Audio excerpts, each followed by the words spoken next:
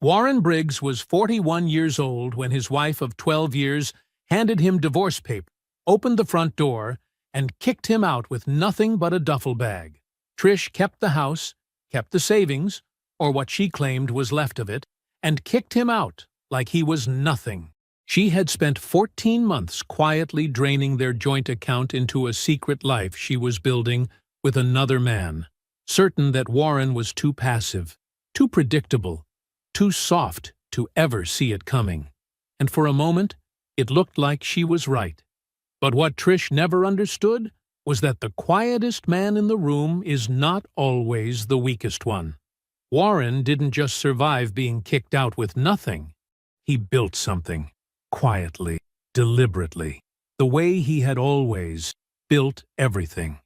And one afternoon, while Trish was driving through an unfamiliar neighborhood, she pulled up to a stop sign and saw him, standing in the driveway of a house that dwarfed everything she kept.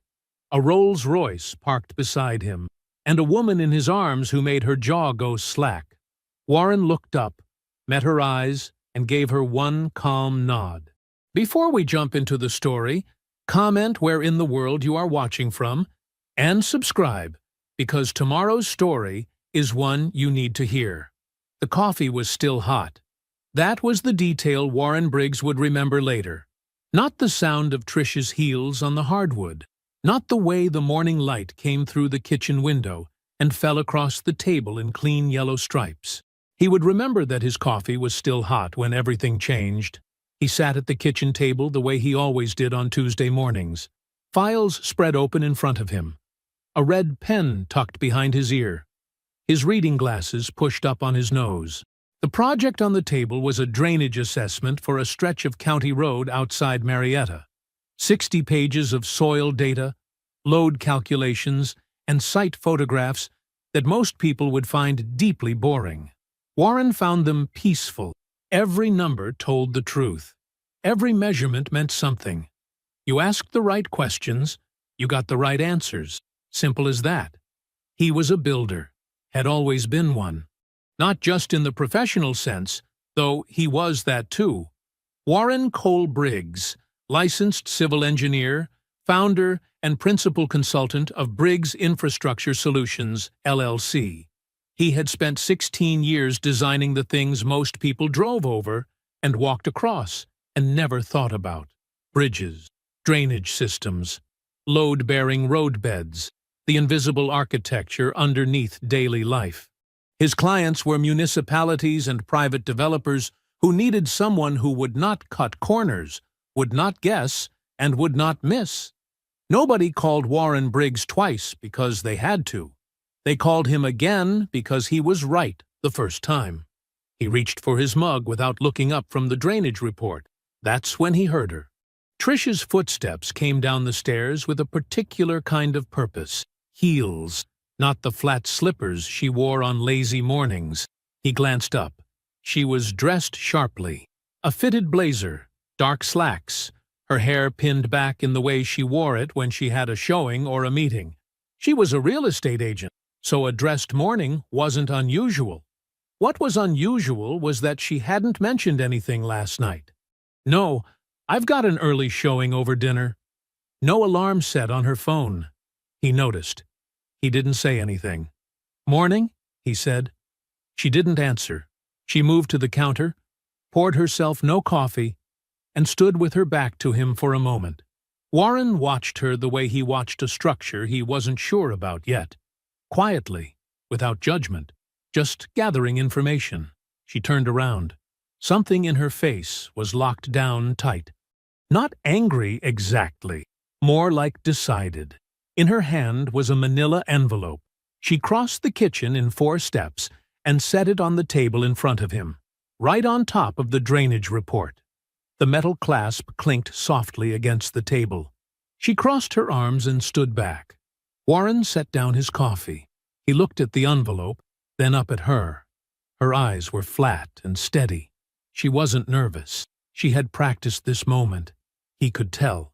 She was ready for whatever he was going to do. He picked up the envelope, opened the clasp, and pulled out the papers inside. He read them the same way he read everything.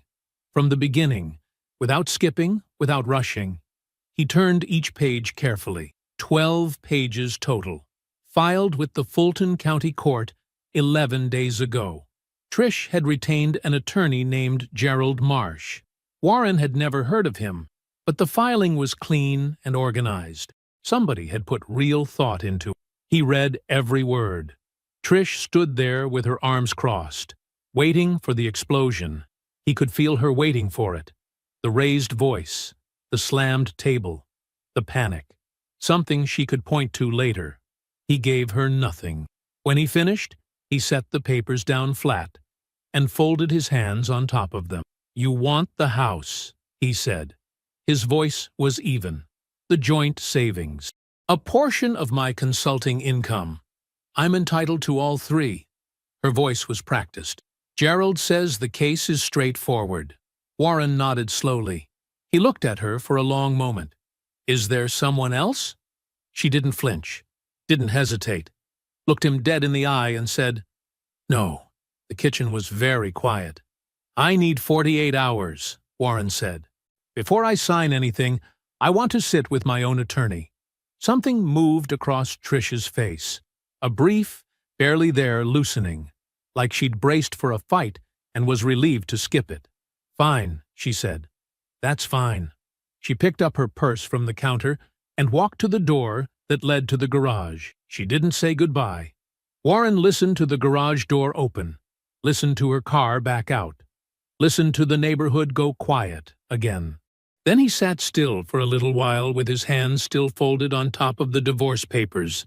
He pulled the financial records that afternoon, sat down in the home office with his laptop, logged into the joint account, and navigated to the balance summary the way a man checks something he already knows and just wants confirmed. The number on the screen was not $47,000. It was $6,200. He leaned forward. He clicked on the transaction history and started scrolling.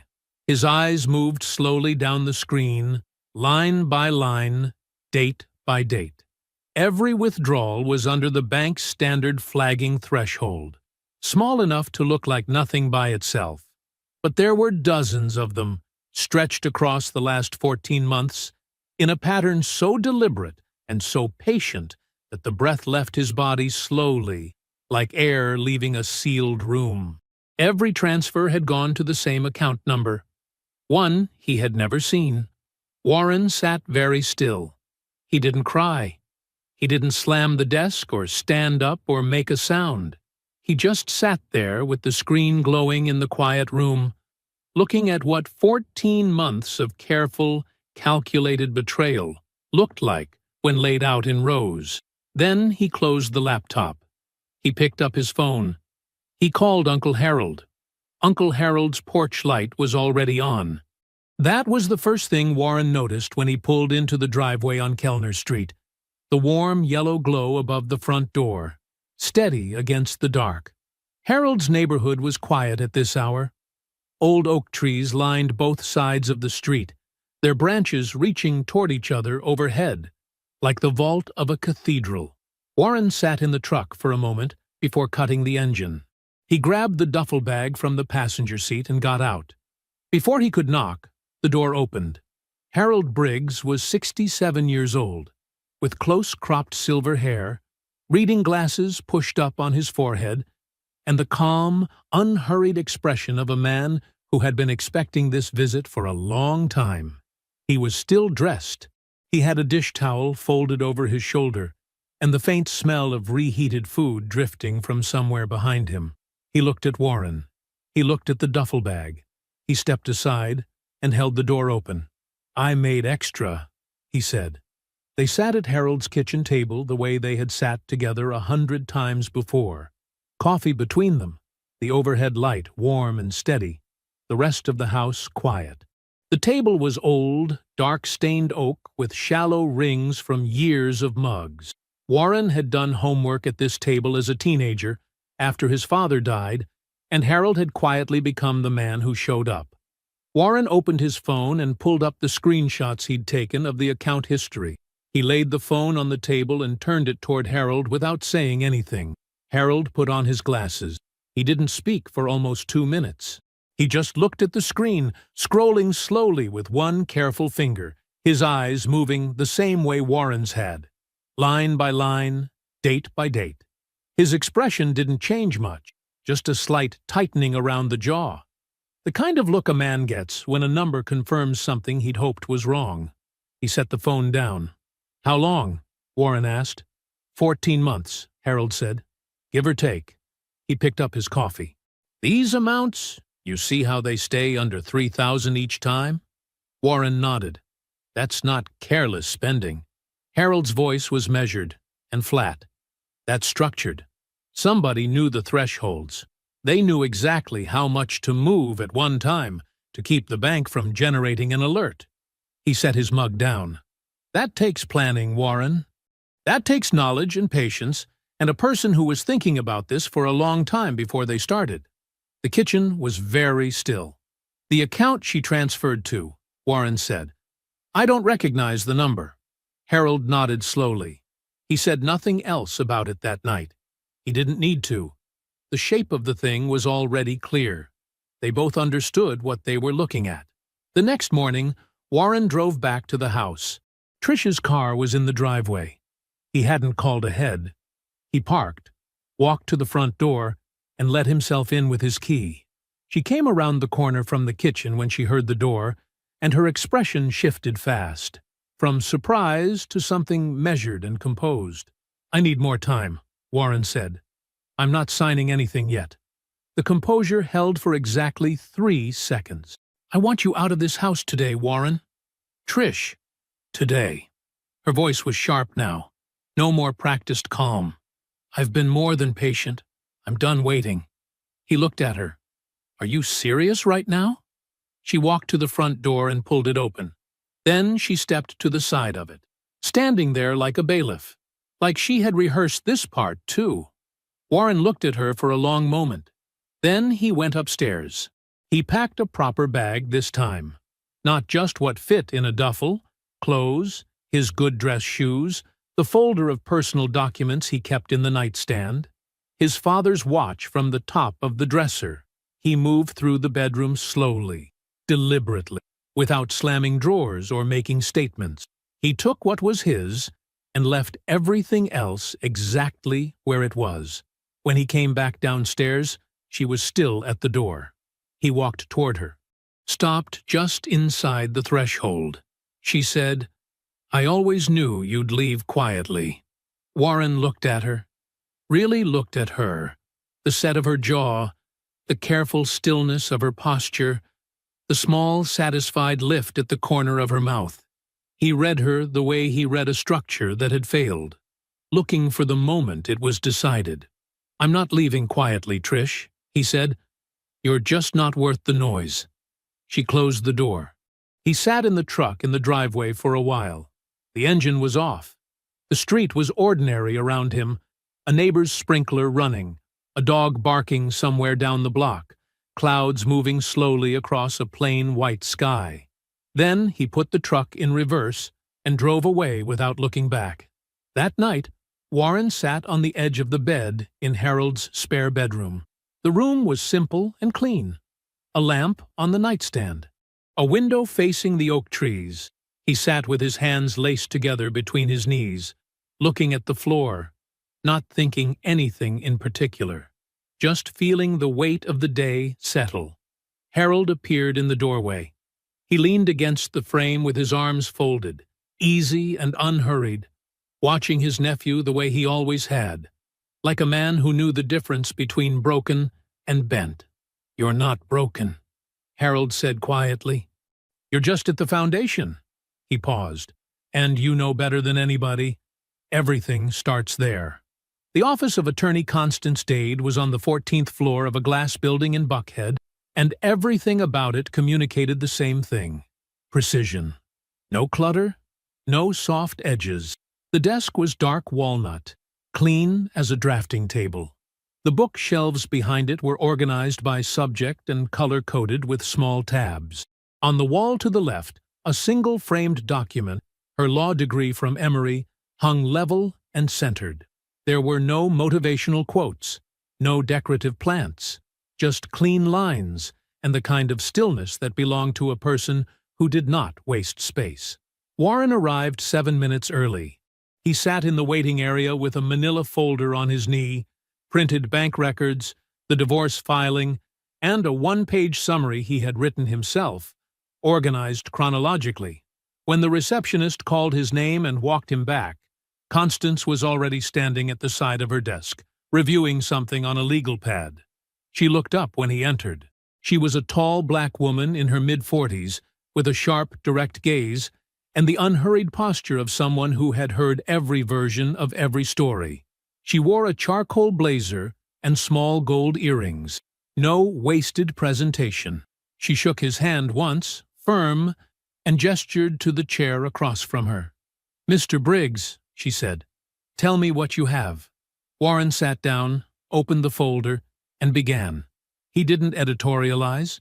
He didn't explain how he felt or describe the Tuesday morning or tell her about the way Trish had stood at that door. He just walked Constance through the facts in the order they occurred. The filing, the cited balance of $47,000, the actual balance of $6,200, the 14 months of structured withdrawals, the unknown receiving account. He laid the printed records on the desk as he spoke, each page placed flat and in sequence.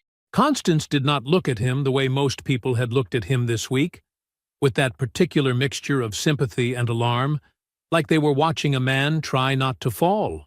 She looked at the documents. She made notes. When he finished, she picked up the bank records and read them for herself, silently, with the same careful attention Harold had given them at the kitchen table.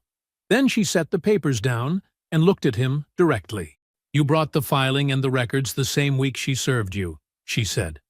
"Yes. You haven't signed anything." "No." She made one more note. The pen moved without hurry. "Most people come in here and I spend the first hour talking them down," she said. "You're not most people." Warren said nothing. "Good," Constance said. She turned to a fresh page. "Here's what we're going to do." She filed for full financial discovery within the week. The subpoena on Trish's personal banking records went out shortly after.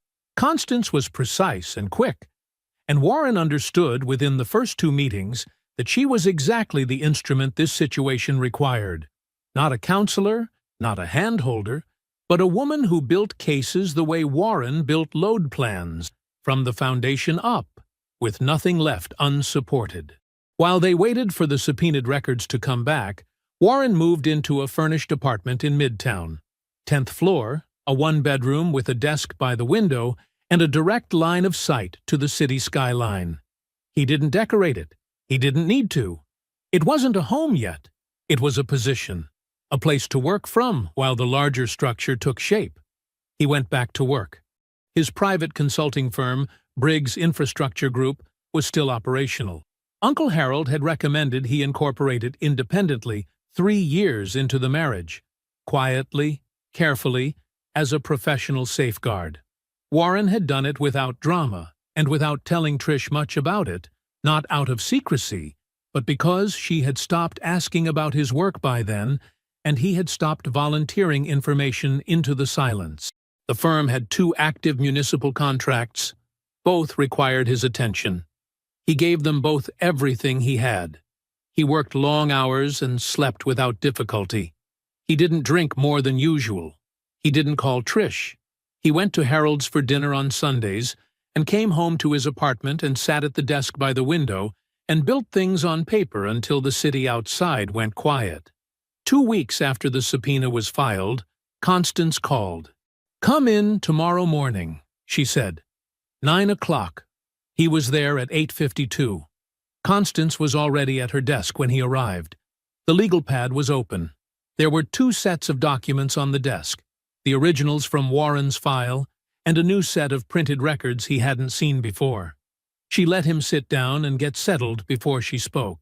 "The account receiving your joint funds," she said, "is a joint account." Warren looked at her. "Joint between your wife and a man named Brendan Fields." The room was very still. Constance continued without pausing. the way a person delivers information that does not benefit from softening. Brendan Fields was a real estate attorney. He had drafted Trish's divorce filing 18 months ago, 14 months before Warren had ever seen a single page of those papers. Brendan Fields and Trish had co-purchased a townhouse together. The down payment had been drawn from the account receiving the drained funds. While Warren was depositing paychecks into their joint account, Trish had been transferring his money, carefully and deliberately, into a life she was building with another man. The affair had not started when the marriage ended. The marriage had been ended so the affair could be formalized. Warren sat across from Constance and absorbed every word without expression. He looked at the records she slid across the desk. He read the name, Brendan Fields, and the account number, and the property address, and the date of purchase. He read it all the way a man reads a structural report that has just told him where the collapse originated. Then he looked up. "How clean can we make this?" he asked. Constance opened a fresh legal pad. Warren walked out of Constance's building into the mid-morning heat of Buckhead. The sun was already high and sharp, the kind of Atlanta morning that didn't ease into the day. It arrived all at once. He stood on the sidewalk outside the glass doors, pulled out his phone, and called Dominique. She picked up on the second ring. "Talk to me," she said. No hello, no preamble. That was Dominique. Warren told her everything. The account, the name, the townhouse, the dates.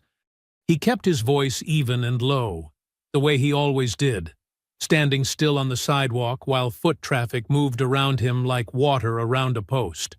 When he finished, Dominique was quiet for exactly 3 seconds. "Brendan Fields," she said. "You know him?" "I know of him." Her voice had a particular flatness to it, not surprise, but confirmation. The sound of a suspicion finally getting its paperwork. "I ran into his name about 8 months ago. Background check on a client referral. Nothing related to you. Something felt off. I never dug further because I didn't have a reason to." A short pause. "Now I do." "I need you to dig," Warren said. "I've been waiting for you to ask me something," she said. "I was starting to think I'd have to bring it to you uninvited. How long have you been watching this?" "Long enough to know Trish didn't come up with this by herself." Her tone didn't shift. It stayed flat, professional, with that undercurrent of loyalty she never performed but always demonstrated. "Give me 2 weeks." Warren said he would. He thanked her. She told him not to thank her and hung up. He stood there another moment, then put his phone away and walked to his car. The months that followed were not dramatic. They were grinding and slow and procedural in the way that legal battles always are when the other side has prepared carefully and believes they are winning. Trish's legal team came in hard. They pushed for the full asset division she had planned. The house, the joint account balance as she had cited it, a percentage of Warren's consulting income going forward. They filed motions and counter-filings and presented Trish as a wife who had contributed substantially to the household and was entitled to her share of a life she had helped build. Constance did not blink.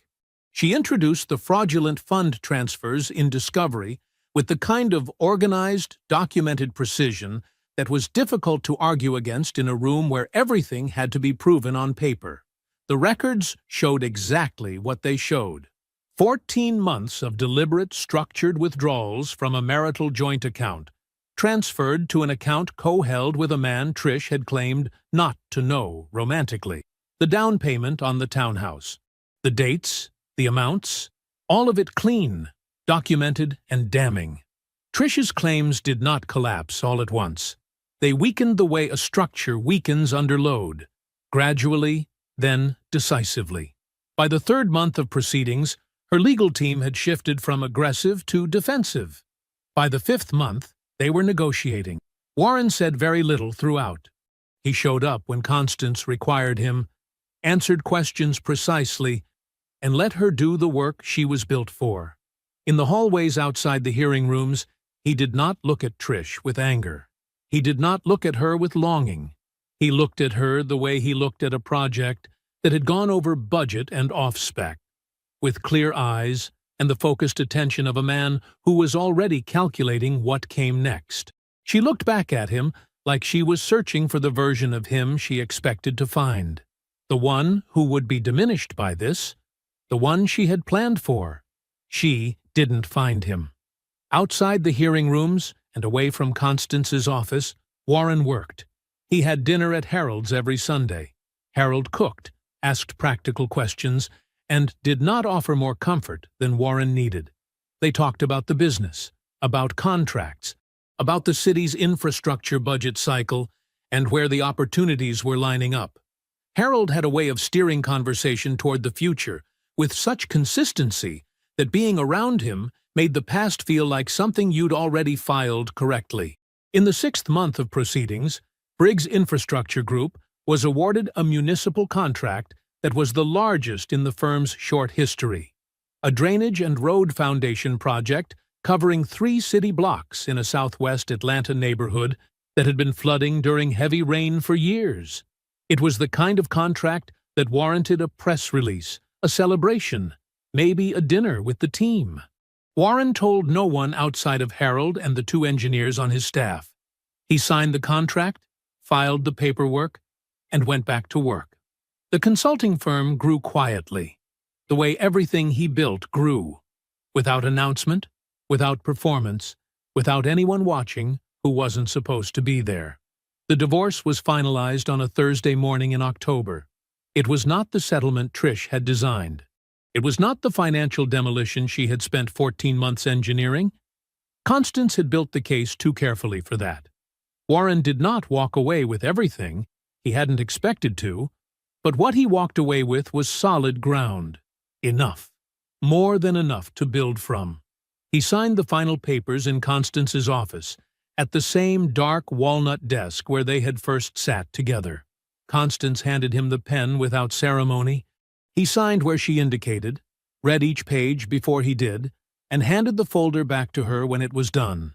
He stood up and extended his hand. She shook it once, firm, the same way she had the first day. "You were easy to work with," she said. "So were you," he said. He picked up his jacket from the back of the chair, nodded once, and walked out. Outside, Atlanta was fully into autumn.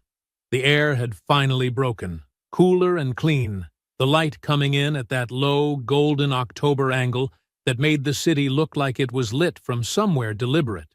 Warren walked out of the building and onto the sidewalk and stopped. He stood there for a moment. Just a moment. The traffic moved past him. Somewhere up the block, someone was laughing. The city went on exactly as it always did. Indifferent and alive. Full of people building things and breaking things and starting over. Warren straightened his jacket. Then he walked to his car. The meeting was held in a conference room on the 4th floor of a city planning building downtown. One of those government spaces that tried hard with new carpet and a projector screen, but still smelled faintly of old paper and recycled air. Warren arrived 7 minutes early with a printed copy of his report and a laptop.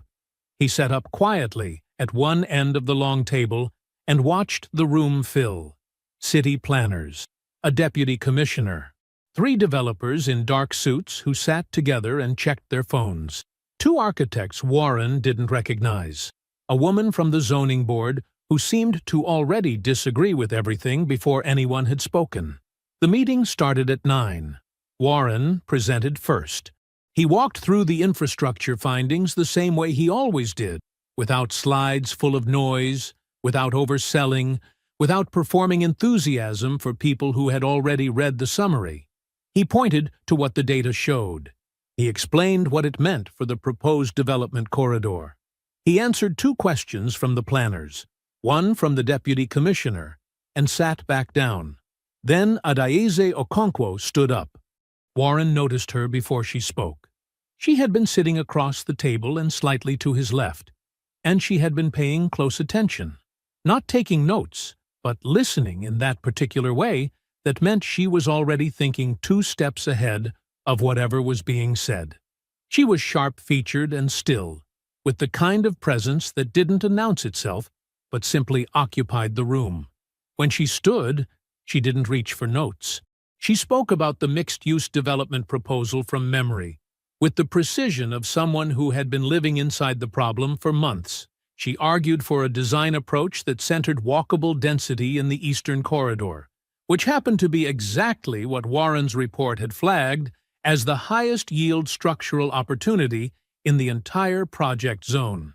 She used language that was architectural, but she translated it as she went, making sure the planners and the deputy commissioner were following without condescending to them. She pushed back on a cost objection from one of the developers with a number she pulled from memory without blinking. She was good.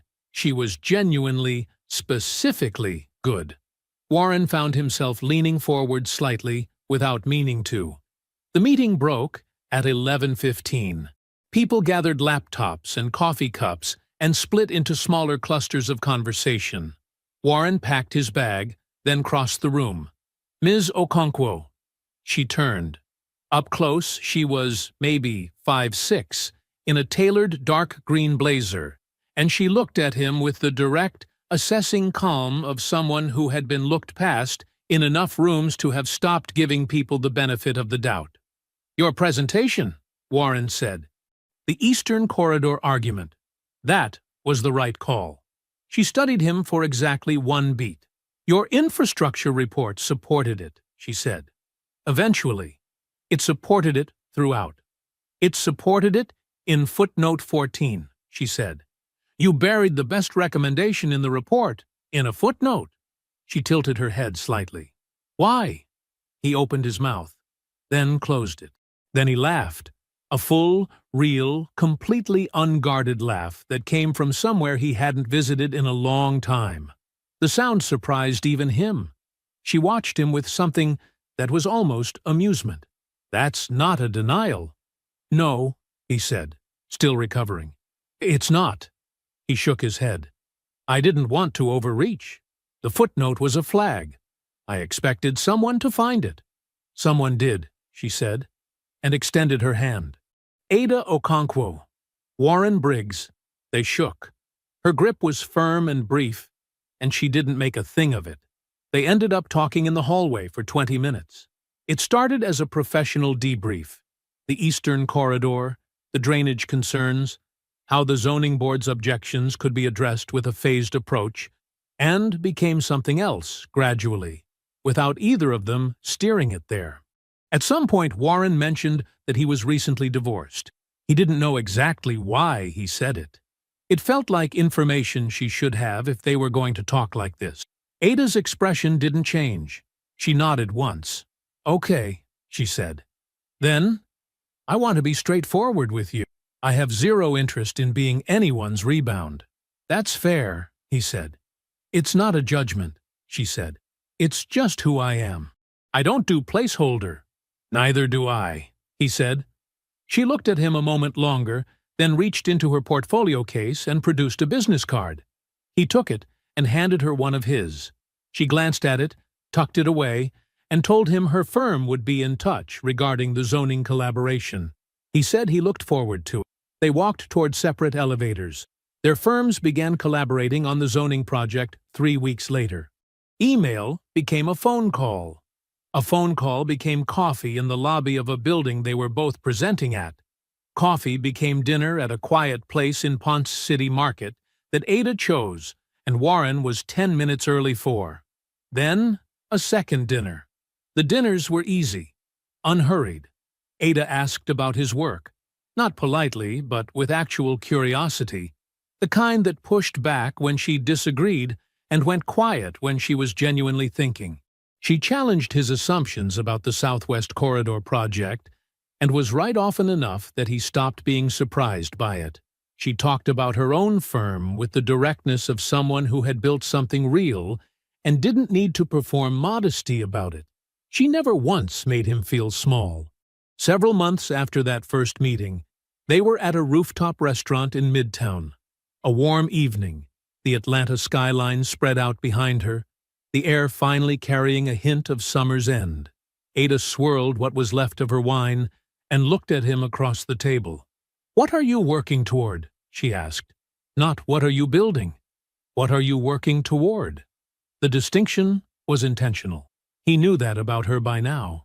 Warren thought about it for exactly as long as it deserved. A foundation nobody can touch, he said. Ada looked at him steadily for a moment. Then she lifted her glass. He touched his to hers. Dominique texted on a Thursday evening. 3 words. Need to meet. No explanation. No follow-up. Just the text and then silence, which meant she had something real. Warren replied, "Come here. I'll be home." She arrived at his midtown apartment at 7:15, with a manila folder tucked under one arm and a paper bag with 2 containers of jerk chicken from the place on Peachtree she'd been going to since they were teenagers. She set the food on the counter without comment. Then she set the folder on the kitchen table and sat down across from him. No small talk, no preamble. That was Dominique. She opened the folder and turned the first page to face him. "Brendan Fields," she said. "Read." Warren read. The first section was a name he didn't recognize.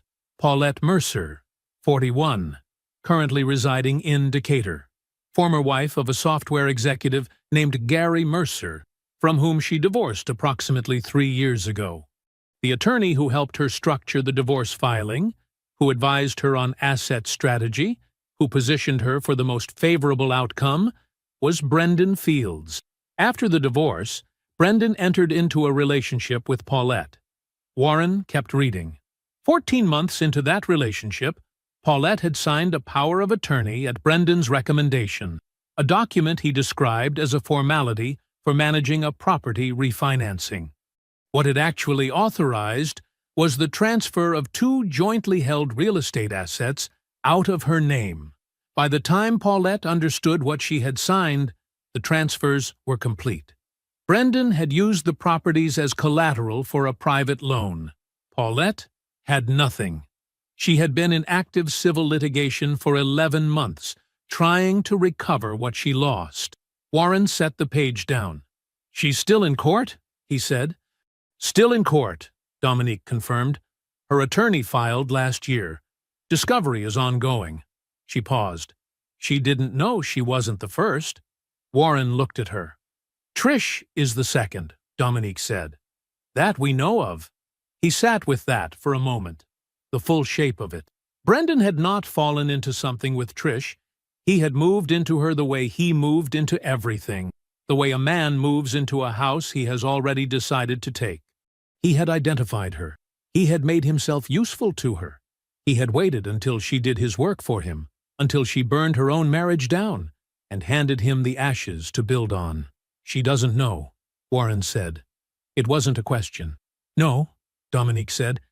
"She thinks she's the one who made the moves." She folded her hands on the table.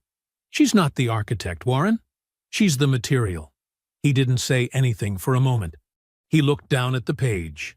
Thought about Trish standing at that front door with her arms crossed, absolutely certain she was in control of every variable. Thought about the Tuesday morning she dropped that envelope on the table like she was placing a final stone. She had handed herself to a predator and called it freedom. It was the saddest thing he had heard in a long time. Dominique flipped to the second section of the folder. "There's more," she said. The townhouse that Brendan and Trish had purchased together, the one funded in part with money drained from Warren's joint account, had a more complicated financial history than just that. Dominique had traced 3 of Brendan's recent real estate transactions, including the townhouse, through property records, bank filings, and a source she didn't name. What she found was a pattern of overbilling. Brendan had been inflating client invoices for years, small amounts, methodical increments, and routing the excess into accounts that fed his private investments. Real estate acquisitions, primarily.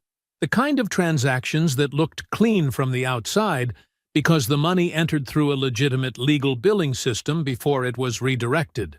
No client had ever caught it fully. Not because it was perfectly hidden, but because no client had ever filed a coordinated complaint with enough documentation to force a real investigation. The The Georgia Bar Association had received individual grievances about Brendan before, 3, across 6 years, but each one had been reviewed in isolation and dismissed as a billing dispute. No one had ever put all of it together in one place. Dominique patted the folder. "Until now," she said. Warren looked at the documents in front of him. Years of it. Methodical, patient, utterly deliberate. Brendan Fields had built a career on other people's trust, and spent that entire career quietly picking their pockets. He sat back. He did not feel the satisfaction he might have expected. What he felt was something more like clarity, the kind that comes when a structural diagram finally resolves and you can see exactly where the load has been going, and why everything downstream failed the way it did. "Keep this file safe," he said. "Make copies. Keep them somewhere separate." Dominique nodded. She already had. He stood, picked up his phone, and walked to the window. Constance Dade answered on the second ring. "Warren, I need a referral," he said. "Civil litigation. Someone who handles attorney misconduct cases." There was a brief pause on the line. Constance asked no questions. "I have a name," she said. The civil litigation attorney Constance referred was named Sharon Fitch. Her office was on the 14th floor of a building in Buckhead, clean and spare, the kind of space that communicated competence without trying to impress anyone. She was in her mid-50s, dark-skinned, with reading glasses pushed up on her head, and a handshake that meant business. Warren liked her immediately. He sat across from her desk and laid out what Dominique had found: the pattern, the power of attorney, the property transfers, Paulette's 11 months in court already. Sharon listened without interrupting. She asked 3 precise questions when he finished. Then she said, "If Paulette is willing, this case gets significantly stronger with what you've described." "She doesn't know I exist," Warren said. "I'd like to keep it that way." Sharon looked at him steadily. "You want to fund the retainer through a third party," he said, quietly. She nodded once. "I can work with that." He had the third party set up within a week. A separate LLC, dormant, with no visible connection to his name or his firm. The retainer moved through it cleanly. Paulette Mercer got a call from Sharon Fitch's office saying a donor wished to cover her initial legal costs. Paulette, who had been fighting alone and running low, said yes before Sharon finished the sentence. The civil suit against Brendan Fields was refiled and expanded 10 days later. It was public record the moment it hit the docket. The bar package took Warren 4 evenings to assemble. He worked at his kitchen table with Dominique's documents spread in front of him: invoices, bank routing records, property filings, the 3 prior bar grievances that had each been dismissed in isolation. He organized everything chronologically. He cross-referenced amounts. He built a clear, readable timeline that connected the overbilling to the private investment accounts to the real estate acquisitions. He wrote nothing himself, no cover letter, no commentary. He let the documents speak. He printed 2 clean copies, packaged one, and sealed it. He addressed it to the Georgia Bar Association's Ethics Division. No return address. He drove to a FedEx location in a neighborhood he rarely visited and sent it from there. He told no one except Uncle Harold and Dominique. Uncle Harold sat with it quietly when Warren told him. Then he said, "You didn't destroy anything, son. You just made sure the weight landed where it belonged." He poured Warren a second cup of coffee and didn't say another word about it. Dominique's response was simpler. She looked at Warren across the kitchen table, pressed her lips together to keep from smiling too wide, and said, "Good." Trish called on a Wednesday morning. Warren was in his car leaving a site meeting when her name appeared on the dash screen. He looked at it for 1 full second before he answered. "Warren." Her voice was careful, warm in that particular way that meant she had rehearsed it. "I know it's been a while. I think it would be good for us to close things properly. No lawyers, just coffee." He merged onto the highway. "Sure," he said. "Send me a time." He called Uncle Harold that night. Harold listened and said, "She's not reaching out because she's at peace. She wants to see what she can still see." Then he said, "Don't give her anything to hold." Dominique was more direct. "She's fishing, Warren. She drove past that house. She knows something shifted. She wants to know how much." Warren said, "I know." They met at a cafe in Midtown on Friday at 11. Trish was already seated when he arrived. Navy dress, gold earrings, the particular brand of effortful casualness that meant she had put 40 minutes into looking like she hadn't. She smiled when she saw him. Full, warm, practiced. "You look good," she said.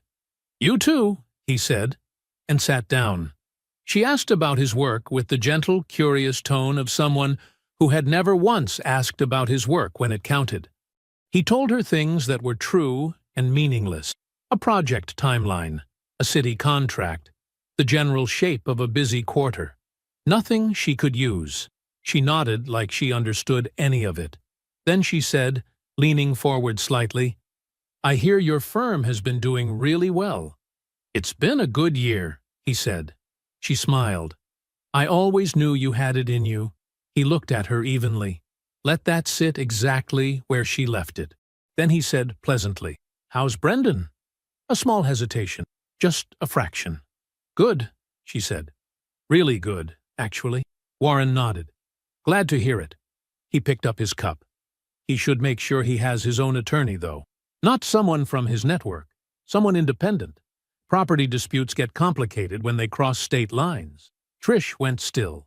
"Just something to keep in mind," Warren said. He drained the last of his coffee, set the cup down, and picked up the check before she could reach for it. He left a clean tip and stood. "Good to see you, Trish," he said. He walked out. She did not call after him. He could picture her sitting there after he left. The cafe noise around her, her coffee going cold, turning his last sentence over in her hands and trying to figure out what it opened and what it closed. That evening he was at Ada's apartment, sitting at her kitchen counter while she stood at the stove. The smell of rice and pepper filled the room. She glanced over her shoulder. How'd it go? Warren rested his arms on the counter. "She's not the danger anymore," he said. "She's just someone who made a choice." Ada nodded and turned back to the stove. They ate. The 2 municipal contracts came in 6 weeks apart. The first was a stormwater infrastructure overhaul for a county outside Atlanta. 18 months of work, the kind of project that required a firm with Warren's specific combination of engineering credentials and independent consulting capacity. The second was a transit corridor assessment for the city itself. Bigger, longer, the kind of contract that changed what a firm looked like on paper and what a man looked like in a room. Warren did not celebrate loudly. He called Uncle Harold. He told Ada over dinner, matter-of-factly, the way he told her most things. She set down her fork, looked at him across the table, and said, "Warren, that's enormous." He smiled. She reached over and squeezed his hand once, and that was enough. He started looking at properties quietly, the way he did everything. No real estate agent at first, just him, driving on weekends, getting a feel for neighborhoods the way he got a feel for sites. He knew what he was looking for. He had known for a while. He found the house on a Tuesday, corner lot, 2 zip codes north of the house Trish kept. The structure was a Craftsman, wide-fronted, solid-boned, with a 3-car garage set back from the main facade and a long driveway that curved slightly before reaching the door. The yard was deep and landscaped, and the back porch looked out over a half-acre that was mostly mature trees and flat, open ground. The house was 6 bedrooms. It needed renovation. The bones were right. He bought it. He designed the renovation himself. Every room was intentional. The kitchen opened wide into a great room with high ceilings and clean sight lines, the kind of space that felt generous rather than showy. The master suite was quiet and well-proportioned. The home office had east-facing windows and built-in shelving he spec'd himself. The back porch got wide plank flooring and deep-set roof overhangs so it could be used in the rain. It took 4 months. Ada came with him to walk the site on weekends when she could, reviewing his decisions the way she reviewed any architectural project, which meant asking hard questions and not accepting answers that didn't hold up. She challenged his window placement in the second-floor guest room. She was right. He adjusted the plans. She never once told him what the house should mean to him. She never treated it as a symbol or a statement. She treated it as a structure that deserved to be done correctly, and that was one of the reasons Warren loved her. The Saturday after the renovation finished, they walked through the whole house together. Ada moved from room to room with the careful attention of someone who understood what thoughtful construction actually cost, not just in money, but in decision-making, in restraint, in the 1,000 small choices that added up to something that either worked or didn't. She said very little for the first 20 minutes. That, Warren had learned, meant she approved. Then she opened the door to the master closet. She stood in the doorway and looked at the square footage in silence for a moment. Warren, yeah, this closet is bigger than my first apartment. He laughed. It fits the room. It fits a family of 4 and their luggage, she said. She turned and looked at him with one eyebrow raised and a smile pulling at the corner of her mouth. I'm just saying. They walked out through the front door and onto the driveway, still laughing. The afternoon was clear and warm, the kind of Atlanta day that remembered summer without committing to it. The Rolls-Royce Ghost sat at the end of the driveway, pearl white, low and composed, sitting the way a well-built thing sits when it has nothing to prove. Warren had picked it up 3 weeks earlier, not to be seen in it, not to park it somewhere Trish would notice, because he had spent 12 years making himself smaller than he was, and he was done with that. The car was simply the clearest way he knew to say so to himself. Ada leaned into him. He put his arm around her and pulled her close, and she tipped her head back, saying something that made him laugh. Fully, completely. The sound of a man who had stopped calculating whether joy was appropriate. The car at the stop sign registered at the edge of his vision first. It had slowed more than a stop sign required. He looked up. Trish.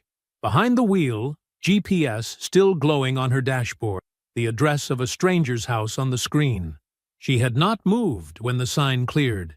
She was looking at him, then at Ada in his arms, then at the Rolls-Royce gleaming at the end of his driveway, then up at the house, the wide craftsman facade, the 3-car garage, the landscaped corner lot that made the house she'd fought to keep look like a footnote.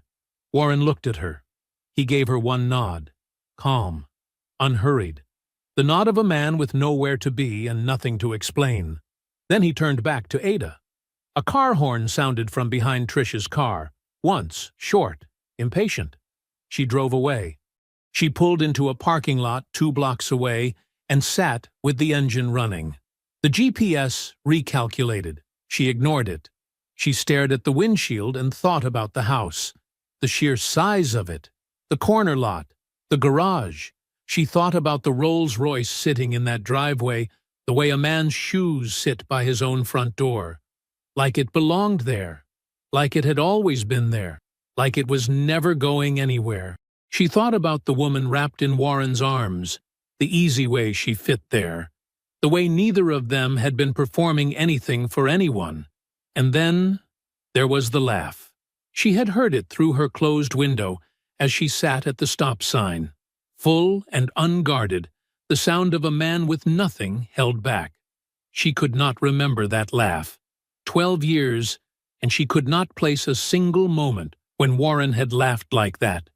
The Georgia Bar Association sent Brendan Fields a formal notice on a Thursday morning. Warren learned about it from Dominique, who had been watching Brendan's professional profile the way a careful person watches a crack in a wall, quietly, consistently, waiting for the moment it spread. The notice meant the ethics division had reviewed the package. It meant the documentation was sufficient. It meant the process had started. And once that kind of process started, it did not stop on its own. Brendan's law license was suspended pending review the following week. Paulette's civil suit hit the public record the same day. Two of Brendan's former clients, men who had paid his overbilled invoices for years and said nothing because they didn't know there was anything to say, read Paulette's filing and recognized the pattern in their own paperwork. Both contacted the bar within 10 days of each other. 3 complaints, 1 suspension, 1 civil suit. And the documentation package, sitting in the Ethics Division's files, organized so clearly that a first-year investigator could follow it without asking a single question. Warren did not celebrate. He noted it. He moved on. Brendan listed the townhouse for sale in the middle of all of it, a move that read, to anyone watching, like a man trying to convert a burning asset into cash before the fire reached him. The title company caught it before the listing had been active 2 weeks. The down payment, traced through account records during the discovery process, led back to the joint account Warren and Trish had held during the marriage. The same account Trish had drained in careful increments over 14 months. The same account whose withdrawal history Constance Dade had subpoenaed and documented and used to fight the divorce settlement. The title company flagged the transfer as potentially fraudulent. The sale was frozen. Brendan's response was quick and predictable and stupid. He transferred the townhouse into Trish's name alone. On paper, it looked like generosity. In practice, it was a man dropping a lit match and stepping back. The transfer didn't distance him from the fraud. It handed Trish sole ownership of a property, funded with money she had stolen from a joint marital account. She was no longer just a wife who had made some poor choices. She was now the sole holder of fraudulently funded real estate, with her name on every document, and investigators who were already looking. The phone call from her attorney came within 48 hours. Trish hired the attorney herself. That part, at least, she got right. She found a woman named Sandra Pruitt, sharp, experienced, not connected to Brendan in any professional capacity.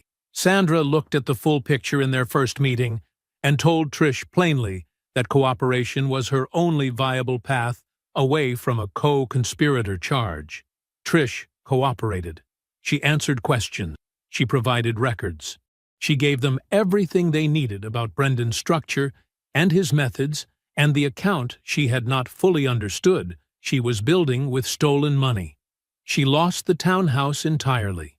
She kept the house, the one from the divorce settlement, the one Warren had walked out of with a duffel bag, while Trish stood at the open door. She kept it, but it sat around her now like a room she had renovated for someone else's life.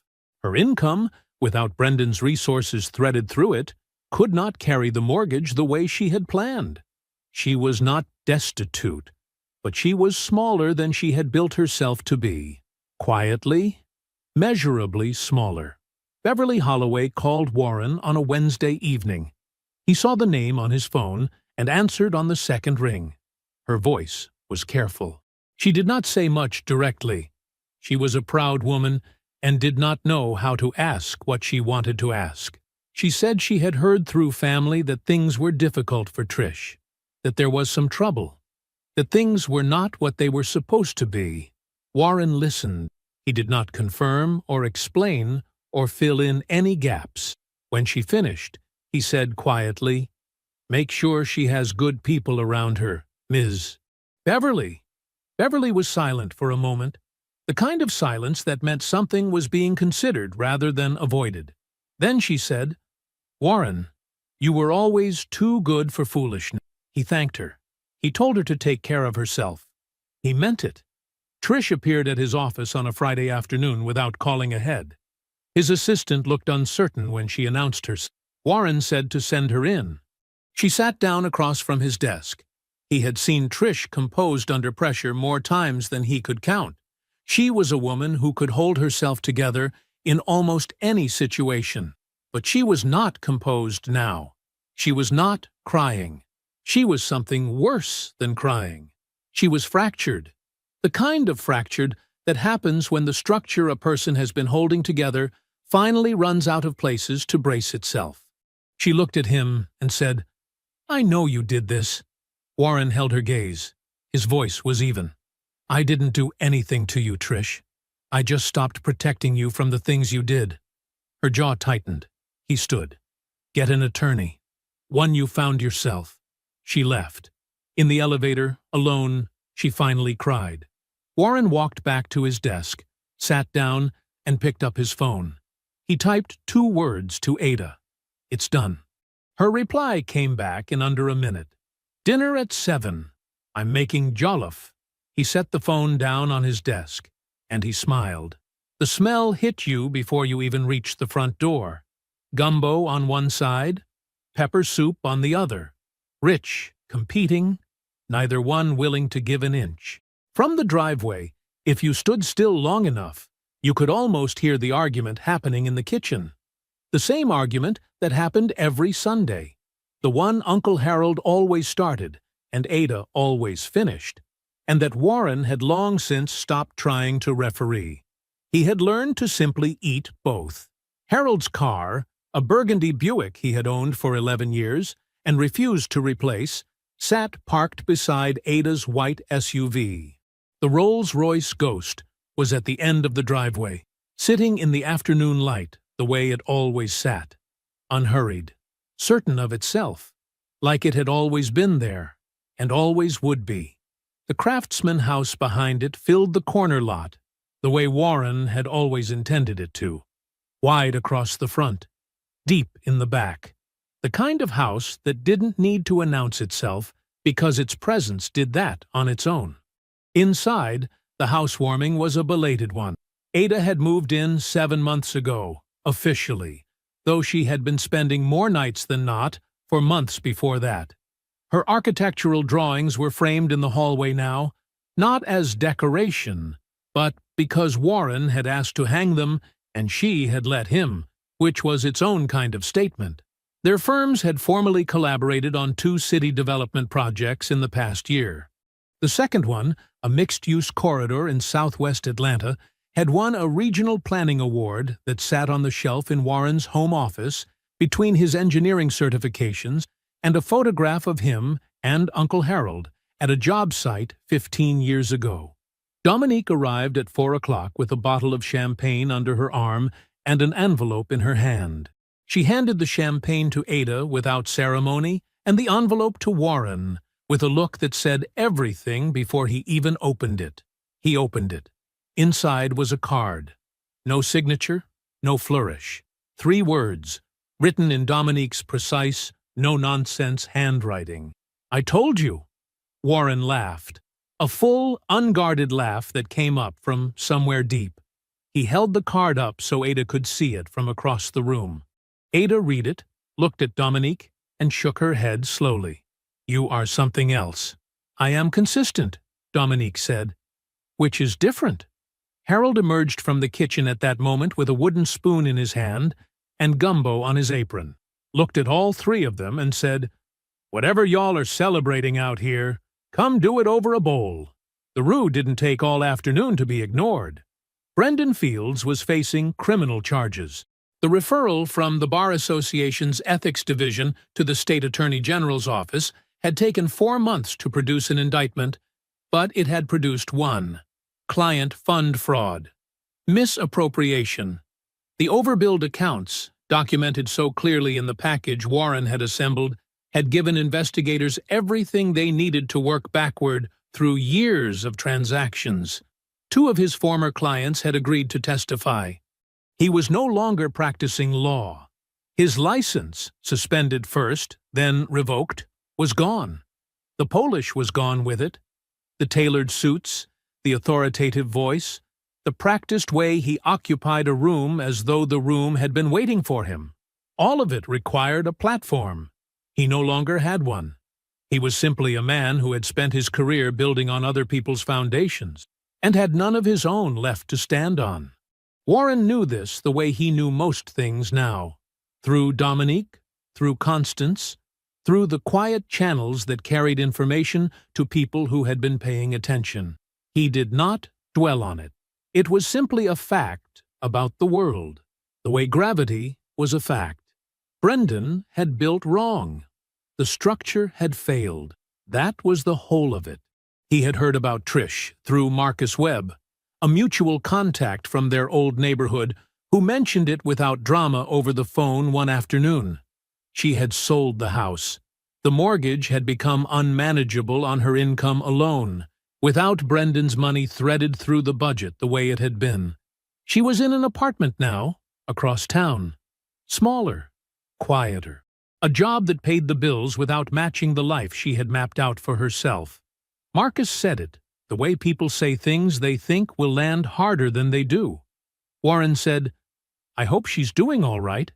He meant it in the way you mean something when it no longer costs you anything. He did not think about her much. That was the part that had surprised him at first, how completely she had simply stopped occupying space in his mind. Not through effort, not through discipline, just through the natural displacement of a life filled with things that mattered. There was no room left for the ghost of a marriage that had never been what he thought it was. That absence, he had come to understand, was the most complete victory available to a man. Not the house, not the car, not the contracts, or the award on the shelf, or the look on Trish's face at that stop sign. Simply not thinking about her anymore. Late that night, the house was quiet. Harold had gone home after 2 bowls of each dish, and a declared truce that fooled no one. Dominique had left with the rest of the champagne and a promise to text when she got in. Ada had disappeared upstairs an hour ago, saying she was going to read, which Warren knew meant she would be asleep in 20 minutes. He was in his home office. The desk lamp was on. Project plans spread in front of him. A new infrastructure proposal, a bridge rehabilitation contract, work that was his in a way nothing had ever been his before. Built under his name. Built on his terms. Built from the ground up. The house was still around him.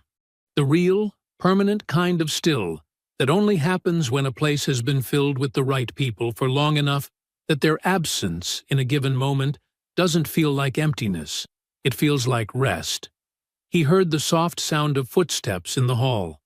Ada appeared in the doorway in her robe, a coffee mug held in both hands, her face carrying the unhurried expression of a woman who has nowhere else she would rather be. She leaned against the doorframe and looked at him. "You coming to bed?"